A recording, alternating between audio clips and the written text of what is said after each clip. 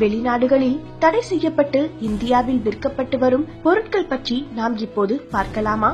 Life பாய் soap. உங்களுக்கு ஒன்று தெரியுமா? நாம் பயன்படுத்தும் லைஃப் பாய் சோப்புகள் வெளிநாடுகளில் சருமத்திற்கு மிகவும் தீ விளைவிக்கக்கூடியது என்று தடை செய்யப்பட்டுவிட்டது. மேலும் இது வெளிநாடுகளில் ஒரு சில மிருகங்களை சுத்தம் செய்ய பயன்படுத்தப்பட்டு வருகிறது என்பதுதான் குறிப்பிடத்தக்க ஒரு விஷயம்.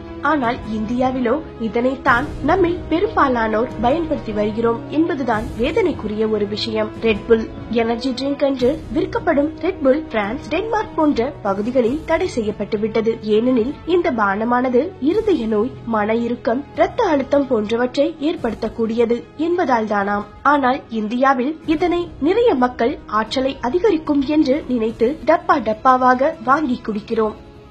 டிஸ்பிரின். இந்தியாவில் விற்கப்படும் வலி நிவாரணி மாத்திரைகளில் ஒன்றுதான் டிஸ்பிரின் என்னும் ஆஸ்பிரின்.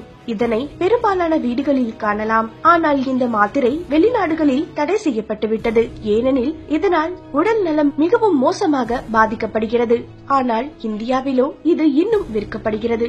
ஜெல்லி மிட்டாய். இந்த வகையான மிட்டாய்கள் அமெரிக்கா, கனடா மற்றும் ஆஸ்திரேலியா போன்ற நாடுகளில் இருந்து இறக்குமதி செய்யப்படுவதில்லை.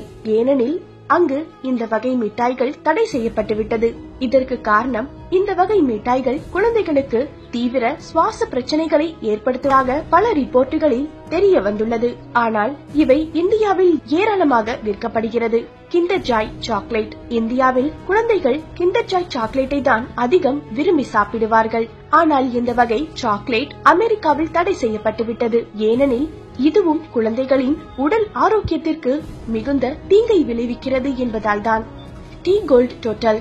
இது மற்றொரு பிரபலமான சளி, இருமல் பிரச்சனைக்கு இந்திய மக்கள் வாங்கி சாப்பிடும் ஒரு மாத்திரை. ஆனால் இந்த மாத்திரை பல நாடுகளில் தடை செய்யப்பட்டுவிட்டது. ஏனெனில் இது சிறுநீரக பிரச்சனைகளை ஏற்படுத்தும் என்பதால் தான். நிமுலிட். பொதுவாக பல வலிகளுக்கு போடப்படும் ஒரு வலி நிவாரணி மாத்திரை தான் நிமுலிட். இந்த வகை மாத்திரை அமெரிக்கா, ஆஸ்திரேலியா, கனடா, பிரிட்டன் மற்றும் இதர நாடுகளிலும் தடை செய்யப்பட்டுவிட்டது.